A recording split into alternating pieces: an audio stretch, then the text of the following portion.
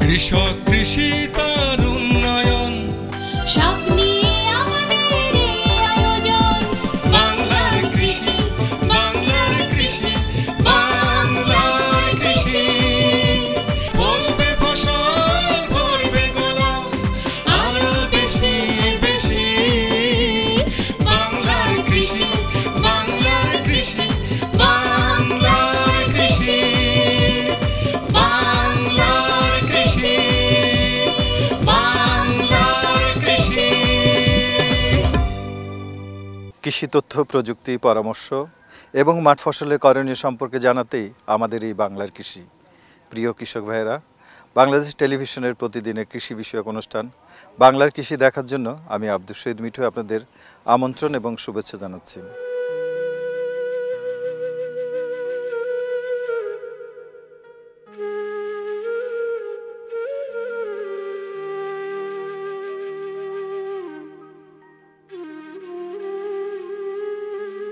August মাস জাতীয় শোকের মাস।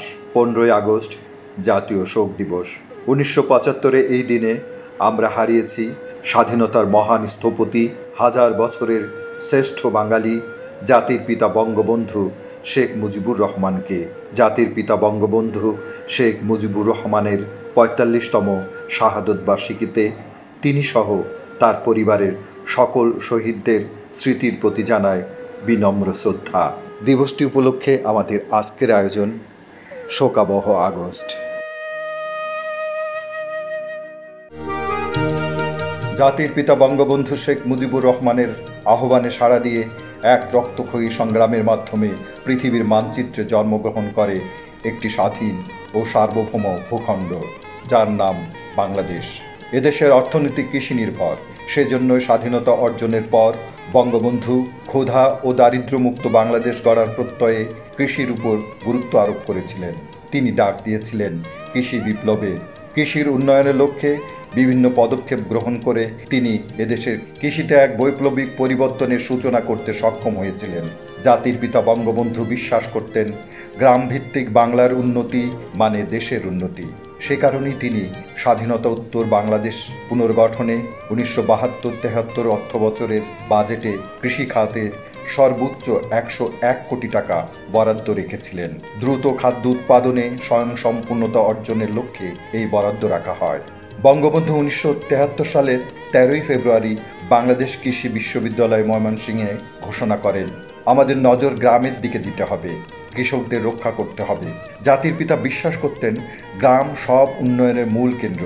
গ্রামের উন্নয়ন আর অর্থনৈতিক সমৃদ্ধ বেগবান হলে গোটা বাংলাদেশ এগিয়ে যাবে।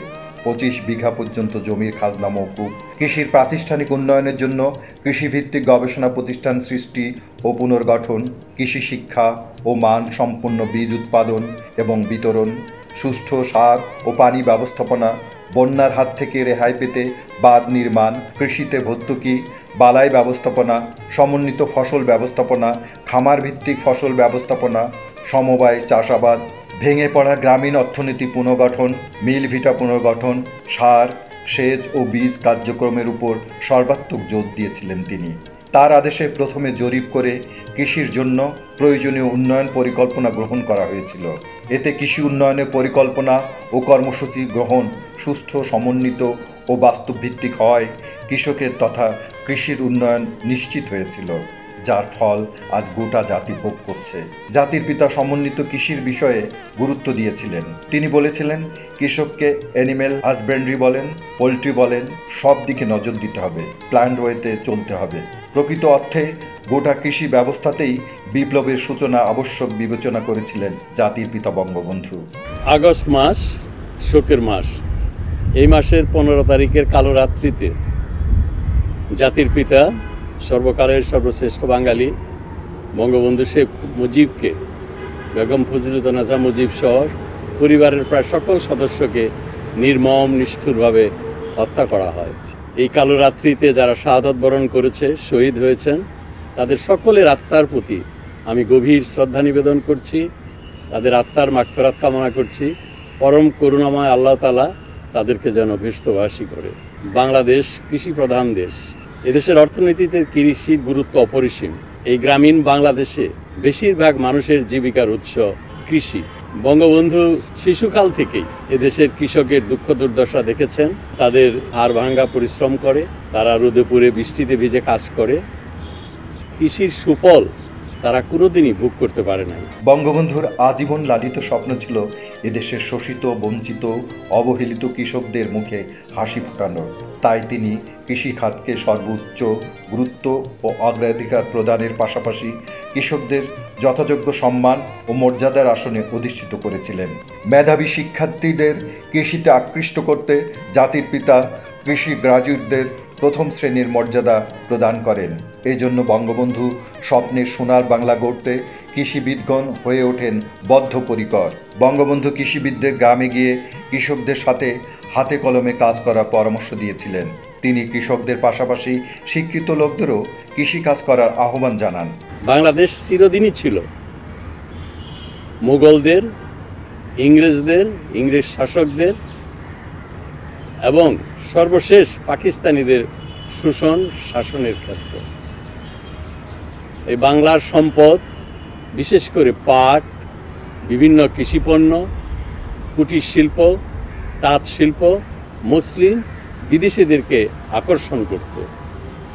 তারা এই দেশ শাসন করেছে এবং এদেশের সম্পদ বিদেশে পাচার করে ওই ব্রিটিশরা তাদের দেশ মুঘল সাম্রাজ্য পরিচালনা করেছে।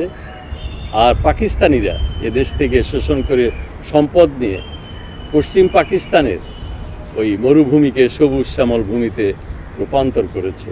বঙ্গবন্ধু এই শোষণ শাসনের বিরুদ্ধে যৌবন বয়স থেকেই সোচ্চার ছিলেন। সবসময়ই এই শোষণ শাসনের বিরুদ্ধে তিনি বলেছেন। 54 সালে যুক্তফ্রন্ট যে 21 দফা দিয়েছিল, সেই 21 দফায়ও কৃষিকে সর্বোচ্চ গুরুত্ব দেওয়া হয়েছিল। 70-এর নির্বাচনের মাধ্যমে বাংলাদেশ আওয়ামী লীগ দেশ শাসন করার জনগণের ম্যান্ডেট পায়।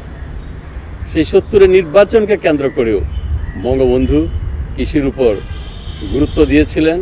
তিনি বলেছিলেন, বাংলাদেশ কোনোদিনই দরিদ্র দেশ থাকতে পারে না। বাংলাদেশের ভূমি, বাংলাদেশের প্রকৃতি, বাংলাদেশের জলবায়ু খুবই কৃষি উন্নয়নের জন্য সহায়ক। এটিকে যদি আমরা সঠিকভাবে ব্যবহার করতে পারি তাহলে বাংলাদেশ অবশ্যই উন্নত দেশ হবে। জমিতে ডাবল ফসল করার পরামর্শ প্রদান করেন। এভাবেই কৃষি বিপ্লবের স্বপ্ন তিনি সকলকে দেখিয়েছিলেন। সে মোতাবেক তারা দেশ গঠনে গ্রহণ করে সমন্বিত, আন্তরিক ও কার্যকর পদক্ষেপ, যার ফলে যুদ্ধ বিধ্বস্ত দেশে পর্যায়ক্রমে গড়ে ওঠে একটি কাঙ্ক্ষিত কৃষি ব্যবস্থাপনা। যুদ্ধে সবকিছু হারানো মানুষ আবার ফিরে পায় ঘুরে দাঁড়ানোর প্রেরণা। বঙ্গবন্ধু সবসময় স্বপ্ন দেখতেন একটি স্বনির্ভর সোনার বাংলাদেশে। তার সেই স্বপ্নের সিঁড়ি বেয়ে চলে আসছে কৃষি উন্নয়নের অগ্রযাত্রা। দেশ স্বাধীন হওয়ার পরপরই তিনি বলেছিলেন যে আমাদেরকে কৃষিতে বিপ্লব আনতে হবে। তাই তিনি সবুজ বিপ্লবের ডাক দিয়েছিলেন। কৃষি বিভিন্ন উপকরণ, সার, সেচ এগুলো যাতে কৃষক সহজে পায়, কম মূল্যে পায়, তার উদ্যোগ গ্রহণ করেছিলেন। তিনি বলেছিলেন দেশ উন্নয়নের সবচেয়ে গুরুত্বপূর্ণ দিক হবে, বড় ভাবনা হবে আমাদের কৃষিকে নিয়ে। 71 সালে যেখানে 600 মাত্র শ্যালো টিউবওয়েল ছিল, তিনি এটা 74-75 সালে এটি বাড়িয়ে 4000 করেন। ডিপ টিউবওয়েল যেটি 900 ছিল, এটি 74-75-এ 3000 উন্নীত করেন। সারের ব্যবহারও বৃদ্ধি করেন, বীজের ব্যবহার বৃদ্ধি করেন। উন্নত বীজের জন্য তিনি কৃষি উন্নয়ন কর্পোরেশনকে ঢেলে সাজান। তিনি এটিও মনে প্রাণে বিশ্বাস করতেন যে কৃষিতে গবেষণার প্রয়োজন এবং গবেষণার জন্য মেধাবী ছাত্রদের আনতে হবে, বিজ্ঞানীদেরকে নিয়োগ দিতে হবে। তার জন্য তিনি ধান গবেষণা ইনস্টিটিউট, কৃষি গবেষণা ইনস্টিটিউট এবং সকল কৃষি গবেষণার সমন্বয়ের জন্য তিনি গবেষণা কাউন্সিল প্রতিষ্ঠা করেছিলেন। ফলশ্রুতিতে 74-75 সালে কৃষির প্রবৃদ্ধি প্রায় 7 ভাগে উন্নীত হয়। বঙ্গবন্ধু বলেছিলেন, আমার জমি দুনিয়ার সেরা জমি, আমি কেন সেই জমিতে দ্বিগুণ ফসল ফলাতে পারবো না, 3 গুণ করতে পারবো না? আমি যদি দ্বিগুণও করতে পারি তাহলে আমাকে খাদ্য কিনতে হবে না। জাতির পিতার প্রত্যাশা করেছিলেন কৃষিতে সঠিক পরিকল্পনা মাফিক কাজ করা গেলে 5 বছরের মধ্যে বাংলাদেশ খাদ্যে স্বয়ংসম্পূর্ণতা লাভ করবে। জাতির পিতার প্রদর্শিত পথে তারই সুযোগ্য কন্যা কৃষিবান্ধব সরকারের মাননীয় প্রধানমন্ত্রী জননেত্রী শেখ হাসিনার সুযোগ্য নেতৃত্বে বাংলাদেশ আজ শুধু খাদ্যে স্বয়ংসম্পূর্ণই নয়, উদ্বৃত্ত খাদ্যের দেশ হিসেবে বিশ্বে দৃষ্টান্ত স্থাপন করেছে। টেকসই কৃষি উন্নয়ন নিশ্চিত করতে মাননীয় কৃষিমন্ত্রীর দক্ষ পরিচালনায় কৃষি মন্ত্রণালয় নিরলস প্রচেষ্টা চালিয়ে যাচ্ছে। দুর্ভাগ্যজনকভাবে পাকিস্তানি হানাদার বাহিনীর যারা দোসর ছিল, পাকিস্তানের যারা দালাল, আন্তর্জাতিক চক্রান্ত করে এই 15ই আগস্ট জাতির পিতাকে নির্মম নিষ্ঠুরভাবে হত্যা করে।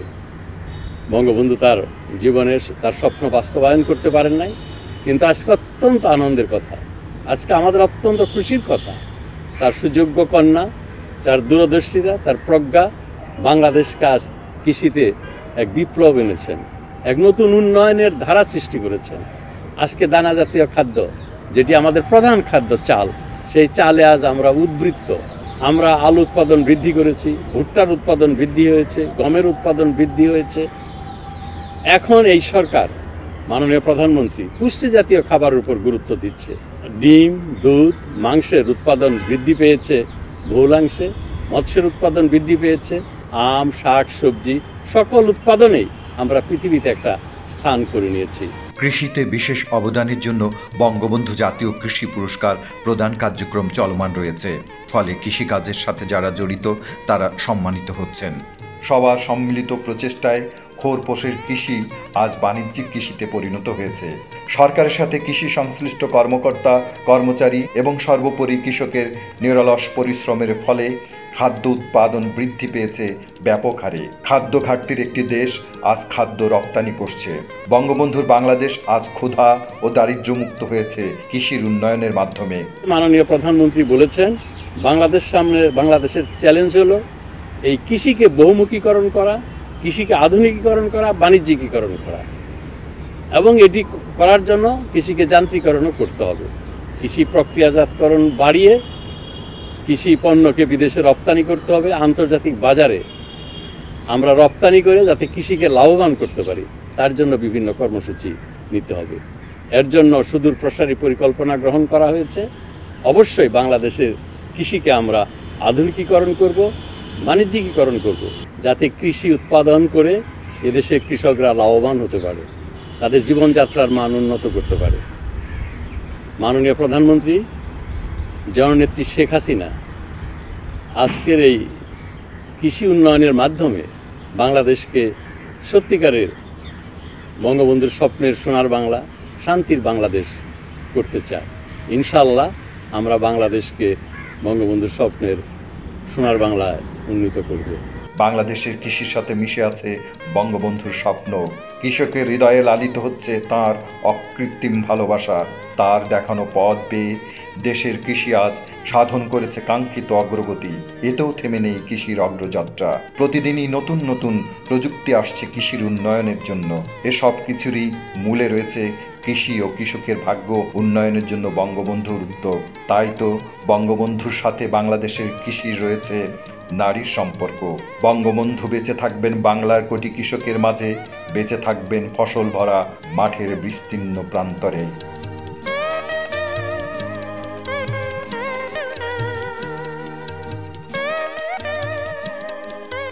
বাংলার কৃষি, বাংলার কৃষি, বাংলার কৃষি। অনুষ্ঠান সম্পর্কে আপনাদের যে কোনো মতামত আমাদেরকে লিখতে পারেন। লিখবার ঠিকানা: প্রযোজক বাংলার কৃষি, কক্ষ নম্বর 222, বাংলাদেশ টেলিভিশন, টেলিভিশন ভবন, রামপুরা, ঢাকা 1219। আমাদের ইমেল নাম্বার banglarkrishi1314@gmail.com। আমাদের ফেসবুক আইডি বাংলার কৃষি। আপনারা ইচ্ছে করলে আমাদের অনুষ্ঠানটি ইউটিউবে দেখতে পারেন। আবারও জাতির পিতা এবং তার পরিবারের পরিজনের প্রতি শ্রদ্ধা জানিয়ে আজকের মতো আমাদের অনুষ্ঠান শেষ করছি। আল্লাহ হাফেজ। কৃষক, কৃষি তার উন্নয়ন, স্বপ্ন